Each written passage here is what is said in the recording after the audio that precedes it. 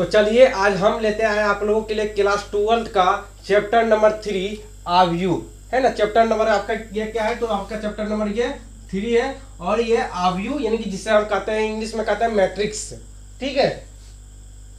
और इसके इस चैप्टर के अंदर हम प्रवेश करने से पहले हम ऑब्जेक्टिव पहले जानेंगे, ठीक है। हम क्या जानेंगे पहले, तो हम पहले बेसिक्स जानेंगे, ठीक है। बेसिक्स ऑफ मैट्रिक्स यानी कि यदि आप मैट्रिक्स के यानी कि आप आव्यू का यदि आप सवाल बनाते हो और उससे पहले यदि आपको बेसिक चीजें नहीं मालूम रहता है ना, तो आप एक भी सवाल आप नहीं बना पाओगे, ठीक है। तो उससे पहले आपको क्या होना चाहिए, तो आपको सारा चीज इनकी आव्यू का सारा चीज आपको मालूम होना चाहिए, ठीक है। तो जिस प्रकार से कि सवाल क्या यानी कि हर साल ही बोर्ड एग्जाम में आपका सवाल इससे पूछा जाता है। तो चलिए आज हम स्टार्ट करते हैं आव्यू का बेसिक्स, ठीक है। और बहुत ही बढ़िया से देखिएगा और वीडियो को थोड़ा सा भी स्क्रिप्ट मत कीजिएगा, नहीं तो आपको समझ नहीं आएगा। यदि आप मैट्रिक्स समझ लेते हो तो इससे आगे इसके आगे जो चैप्टर है, चैप्टर नंबर 4 जो है, उसमें आपको परेशानियां कहीं भी नहीं होगा, ठीक है। तो चलिए हम बिना बकवास किए हुए और मैट्रिक्स के सभी बेसिक चीजों को हम समझते हैं, ठीक है। चलिए ध्यान दीजिए, बोर्ड पे ध्यान होगा तो आपको सारा चीज समझ जरूर आएगा, ठीक है। चलिए पहला नंबर देखिए, मैट्रिक्स के सवालों को पहचानने से पहले मैट्रिक्स जो है मैट्रिक्स के सवाल को कैसे पहचानेंगे। यदि मैट्रिक्स का सवाल रहेगा, मैट्रिक्स की नहीं सॉरी हम इंग्लिश बार बार इसलिए कहते हैं, थोड़ा इंग्लिश भी जाना कीजिए, ठीक है। चलिए आव्यू के सवालों को हम किस प्रकार से हम जानेंगे, पहचानेंगे कैसे, ठीक है। चलिए हम आपको बताते हैं। देखिए पहला नंबर, जब आव्यू का कोई सवाल रहेगा ना, तो इस प्रकार उसमें ब्रैकेट लगा हुआ होगा, इस प्रकार के यदि आपको ब्रैकेट लगा हुआ मिल जाए, इस प्रकार यदि ब्रैकेट आपको लगा हुआ मिल जाए, घेरा हुआ मिल जाए, ये ब्रैकेट मिले और ब्रैकेट यदि इस प्रकार से ब्रैकेट रहेगा, यदि इस प्रकार से ब्रैकेट रहेगा तो वो आव्यू का सवाल नहीं होगा, ठीक है। इसके बारे में भी बताएंगे, इसके बारे में भी हम बताएंगे, लेकिन इस चैप्टर में अभी नहीं बताएंगे, नहीं तो आप फंस जाओगे, ठीक है। तो इस प्रकार से यदि रहेगा तो इसको हम आव्यू नहीं कहेंगे, इसको हम क्या कहेंगे, तो इसको हम आव्यू नहीं कहेंगे, इसको हम आव्यू नहीं कहेंगे, ठीक है। आव्यू किसे कहेंगे, तो आव्यू इसे कहेंगे यदि इस प्रकार से यदि सवाल में आपका रहता है, सवाल में यदि कोई सवाल दिया रहता है, मान लीजिए कि 1 2 3 4 5 6 7 8 9 10 इस प्रकार दिया रहता है और इस प्रकार आप जो है घेर दिया जाता है, तो समझ लीजिएगा कि ये सवाल किसका है, तो ये सवाल आपका आव्यू का है, ठीक है, यानी कि मैट्रिक्स का ये सवाल है। इतना तो आपको समझ आ गया होगा। ये सवाल किसका रहेगा, तो ये सवाल आपका मैट्रिक्स का रहेगा, यानी कि आव्यू का रहेगा। चलिए इतना तो फंडा आपको समझ आ गया है।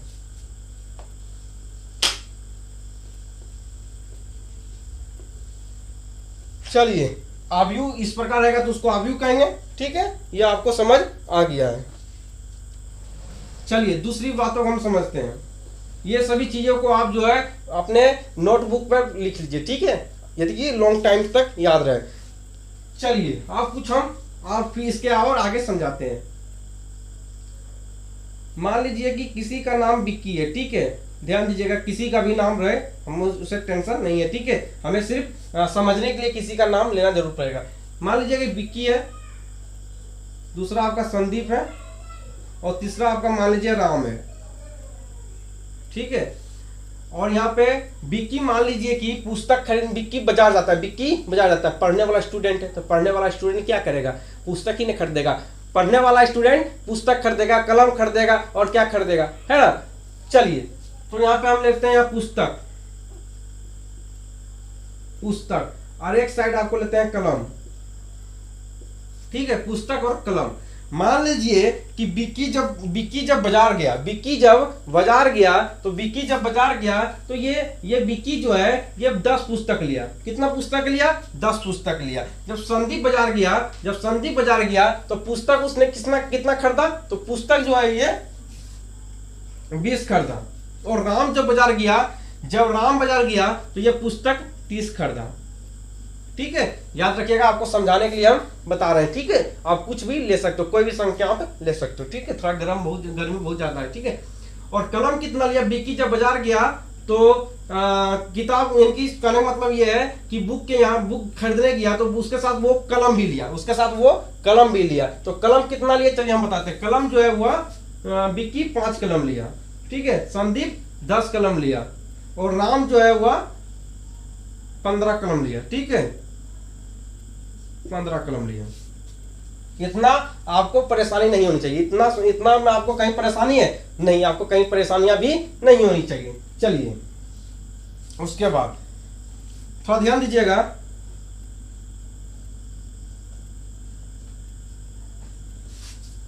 थोड़ा सा रुकिएगा, ठीक है। मान लीजिए 10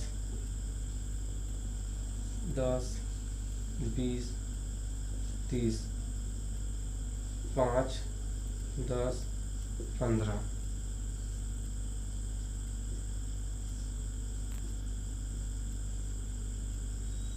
इसको इस प्रकार से लिख सकते हैं, इसको इस प्रकार से हम लिख सकते हैं। आपको कहीं परेशानियां है, यदि हम इस ये सभी संख्याओं को ब्रैकेट में घेर दें, क्या आपको कहीं परेशानियां है? आपको कहीं परेशानी हो रहा है तो बोलिए, परेशानियां आपको कहीं भी नहीं होनी चाहिए, ठीक है। इस प्रकार से हम इसको लिख सकते हैं, इसको ब्रैकेट में घेर दिए। जब हम ब्रैकेट में इसको घेर दिए तो ये कौन सा हिसाब हो जाएगा? तो ये अवयव कहलाएगा, ये अवयव का ही क्वेश्चन कहलाएगा। और हम पढ़ क्या रहे हैं? तो हम अवयव का बेसिक पढ़ रहे हैं। तो ये अवयव का क्या है? ब्रैकेट। जब इस प्रकार ब्रैकेट लग जाता है तो क्या कहते हैं इसको? तो अवयव यहाँ पे देखिए लिख दिए हैं, इसे अवयव कहेंगे, इसे अवयव नहीं कहेंगे। क्लोज ब्रैकेट होना चाहिए। यदि क्लोज ब्रैकेट है, बंद ब्रैकेट है तो ही वह अवयव होगा। यदि खुला ब्रैकेट है वो अवयव नहीं होगा। तो ये क्लोज ब्रैकेट है, बंद ब्रैकेट है तो ये अवयव होगा, ठीक है। चलिए इतना आपको समझ आ गया होगा। चलिए आप ध्यान दीजिएगा, अब यहाँ पर जो है खेला स्टार्ट होता है, ठीक है। यहाँ से भी आप ज्यादा ध्यान दीजिएगा, ठीक है। ये जो आपका होता है, ये जो सूता हुआ होता है, यानी कि ये जो सूता हुआ है, मान लीजिएगा कि ये उठा हुआ है, ये सीधा है और ये सूता हुआ है। तो ये जो सूता हुआ, ये आपको हरा वाला जो मार्कर आपको दिख रहा है, ये सूता हुआ है। और ये जो ब्लैक वाला मार्कर दिख रहा है, ये आपको उठा हुआ दिख रहा है, ठीक है। ये जो सूता हुआ ये हरा वाला जो सूता हुआ मार्कर जो है, इसको हम कहेंगे, इसको क्या कहेंगे समझे? इसको कहेंगे हम, क्या कहेंगे? इसे पंक्ति कहेंगे। ये हरा वाला मार्कर को पंक्ति कहेंगे, ये जो उठा हुआ है उसे स्तंभ कहेंगे, ठीक है। चलिए इसे कहेंगे पहला पंक्ति, ध्यान दीजिएगा, पहला पंक्ति। इसे कहेंगे दूसरा पंक्ति, और इसे कहेंगे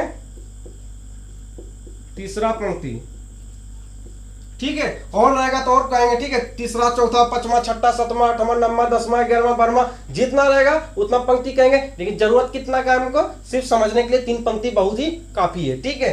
और ये जो आपको उठा हुआ दिख रहा है, इसको हम कहेंगे, इसको हम क्या कहेंगे? इसको पंक्ति कहेंगे, तो इसको हम स्तंभ कहेंगे, इनकी पहला स्तंभ,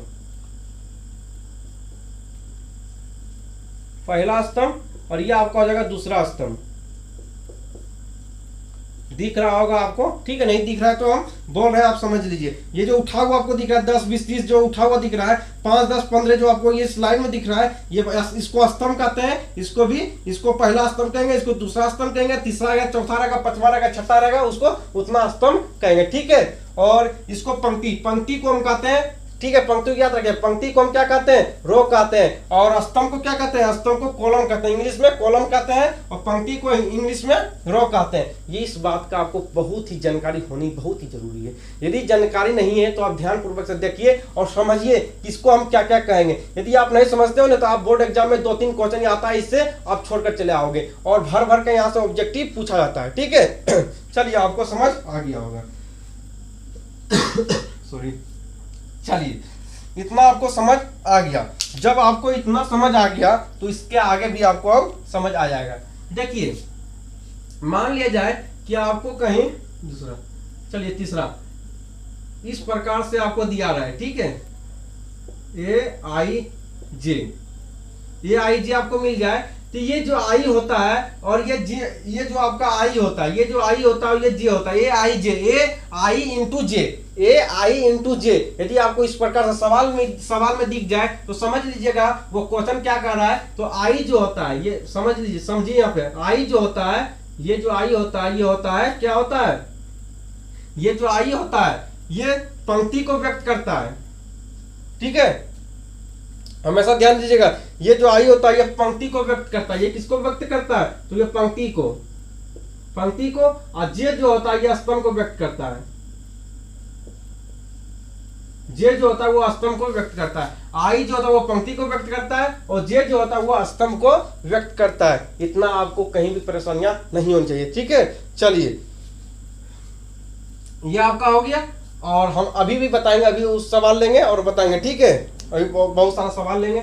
यदि आपको किसी सवाल में m गुने n यानी कि m इंटू n मिल जाए, तो m जो होता है, ये जो m होता है ये पंक्ति को व्यक्त करता है, m जो होता है वो पंक्ति को व्यक्त करता है, और n जो होता है वो स्तंभ को व्यक्त करता है, n जो होता है वो स्तंभ को व्यक्त करता है। इतना तो आपको कहीं परेशानियां नहीं होनी चाहिए, ठीक है।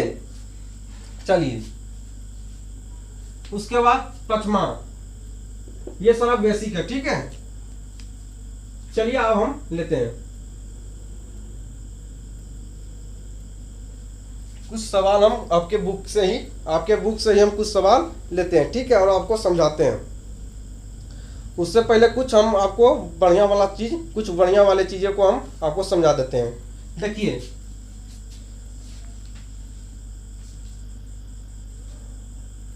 चलिए A11 A12 A13 A21 A22 A23 A31 A33 sorry A32 A33, और यहाँ हो जाएगा m इंटू n। चलिए अब इस प्रकार से आपको सवाल दिया जाएगा। पहला नंबर आपको देखिए, यहाँ से बहुत सारी चीजों को हमको आपको जो पहचानने के लिए हम बता देंगे, यहाँ से बहुत सारे चीजों को आप पहचान लोगे। देखिए पहला नंबर तो ब्रैकेट लगा हुआ है, इसका मतलब ये क्या है, इसका मतलब ये अवयव। चलिए यहाँ पे लिखते हैं आंसर। पहला नंबर ये क्या है, तो अवयव का सवाल है। ये कौन सा ये कैसा सवाल है, तो अवयव का है।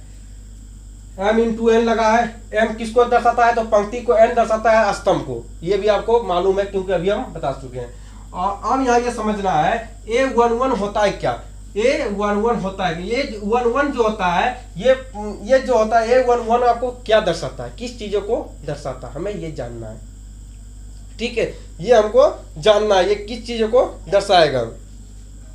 ये जो होता है फर्स्ट रो, इनकी कहने मतलब है ये फर्स्ट पंक्ति को, फर्स्ट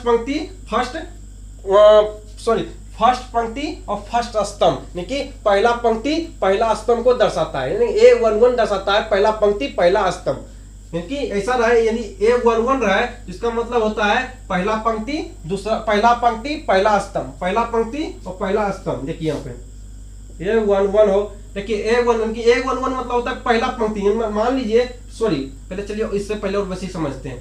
देखिए और ये सुता हुआ आपको दिख रहा है, ये सुता हुआ आपको दिख रहा है, तो ये आपका क्या होगा, ये आपका हो जाएगा फर्स्ट पंक्ति। चलिए पहले बेसिक, पहले जो है सीरियल बाय सीरियल चलते हैं, तब आपको समझ आएगा, ठीक है। लाइन बाय लाइन समझते हैं। ये सेकेंड पंक्ति हो जाएगा, ये सेकेंड पंक्ति हो जाएगा, ये आपका थर्ड पंक्ति हो जाएगा, ये आपका थर्ड पंक्ति हो जाएगा, ठीक है। चलिए अब बताइए, पंक्ति हो गया तो स्तंभ कौन सा होगा। अब बताइए, आप लोग बताइएगा कि स्तंभ कौन सा होगा। स्तंभ जो आप लोग बताइए, ये स्तंभ हो जाएगा फर्स्ट स्तंभ,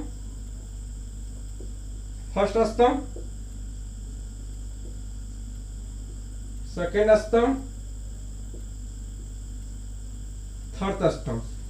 फर्स्ट सेकेंड थर्ड स्तंभ मतलब है कि पंक्ति को रो कहते हैं, और कॉलम, इनकी पंक्ति को रो कहते हैं, और स्तंभ को कॉलम कहते हैं, ठीक है। और A11 जो होता है, चलिए सवाल लेंगे तो ही आपको समझ आएगा, ठीक है। चलिए उससे पहले एक चीज और समझ लेते हैं,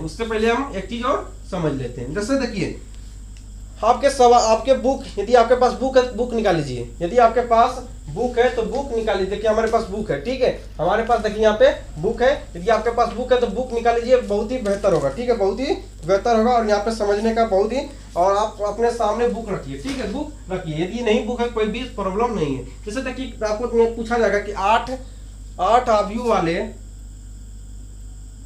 इस प्रकार के सवाल आपके जो है चैप्टर में भर के हैं।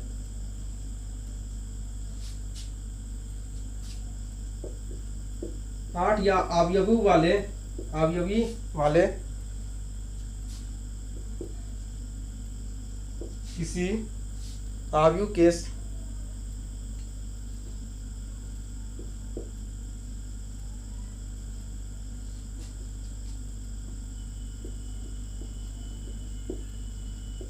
समभंग कोटि निकालें।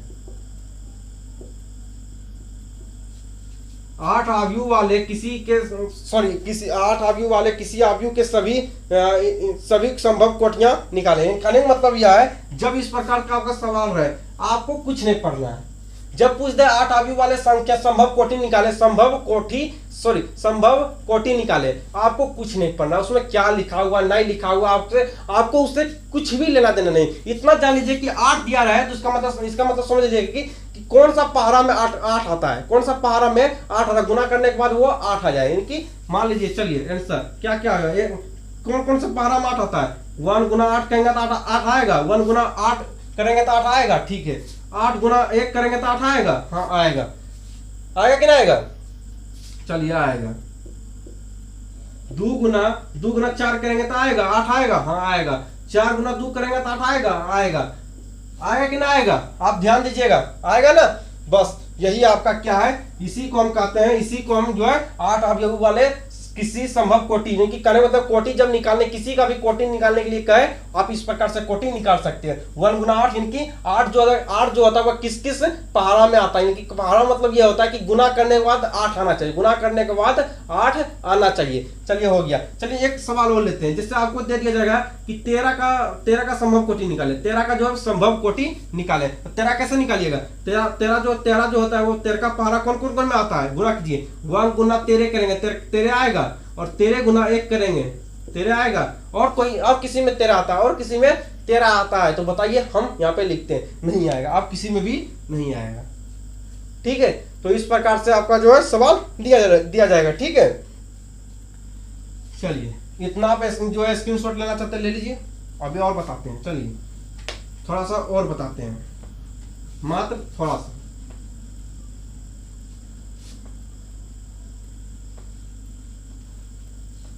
चलिए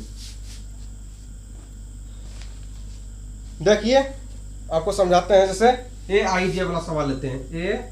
aij बराबर 1/2 i माइनस 3j।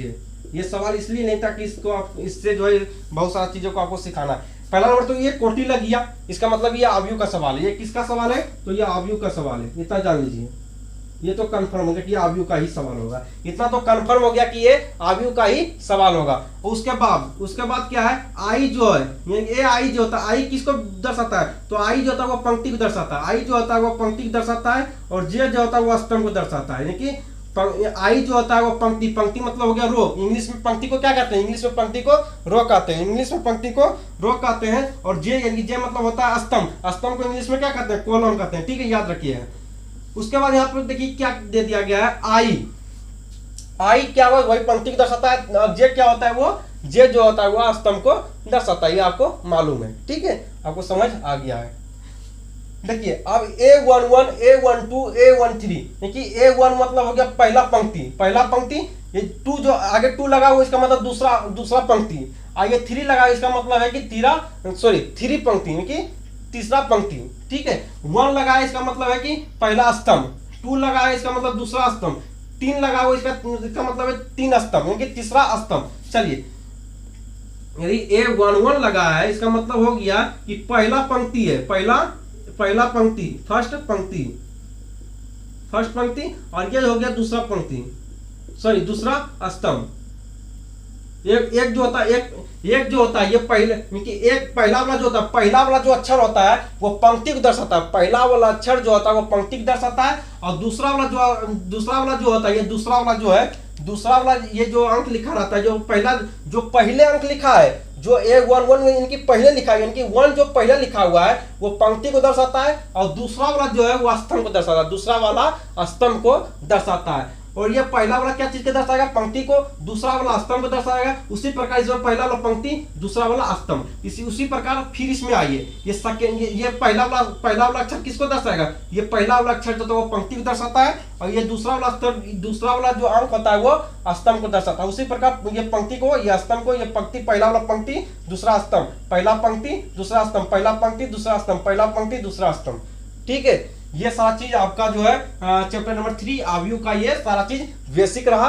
और कल जो है हम चैप्टर के अंदर प्रवेश करेंगे। यदि आपको समझ आया है तो लाइक जरूर कीजिएगा मेरे दोस्त, बहुत ही मेहनत लगता है वीडियो बनाने में। ठीक है, चलिए मिलते हैं अगले वीडियो में, तब तक के लिए बाय बाय।